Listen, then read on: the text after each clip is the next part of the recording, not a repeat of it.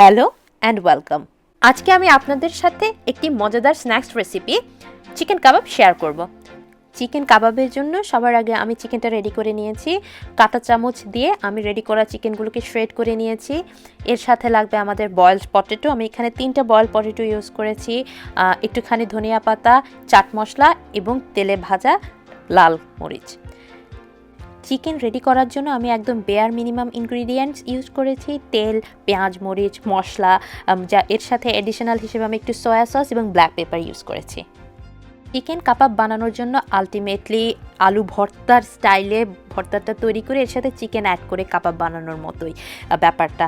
তো সেক্ষেত্রে আমি একটা প্যানে একটু পেঁয়াজ এবং লাল মরিচ ভেজে নিয়েছি এবং এটাতে লবণ দিয়ে চটকে এর সাথে আমি ধনিয়া পাতা, আলু, চাট মশলা, একটুখানি তেল, সরিষার তেল অবশ্যই, এগুলো সব অ্যাড করে নিয়েছি। আপনারা আমার মেয়ের ছোট্ট হাত দেখতেই পাচ্ছেন, অনেক বড় হয়ে গেছে, সব কিছুতে তার ইনভলভমেন্ট লাগবে। তো যাই হোক, সব কিছু মাখানোর সাথে আমি চিকেনটাও অ্যাড করে ভালোভাবে মাখিয়ে নিয়ে কাবাব শেপে আমি রেডি করে নেব।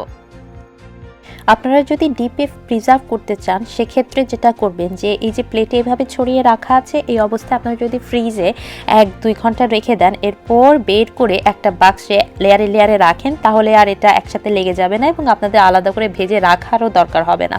তো যাই হোক, ভাজার জন্য আমি এখানে ফ্যাটানো ডিমে চুবিয়ে ক্রাম্ব কোটিং করে নিয়েছি। এখানে ক্রাম্ব কোটিং হিসেবে আমি কর্নফ্লেক্স ইউজ করেছি। আমার ফ্যামিলির সবাই কোটিং হিসেবে বিস্কুটের গুঁড়া বা ব্রেড ক্রাম্বের পরিবর্তে কর্নফ্লেক্সটা খুব পছন্দ করে। তো যাই হোক, তৈরি হয়ে গেল আমাদের মজাদার chicken chop. Thanks for watching.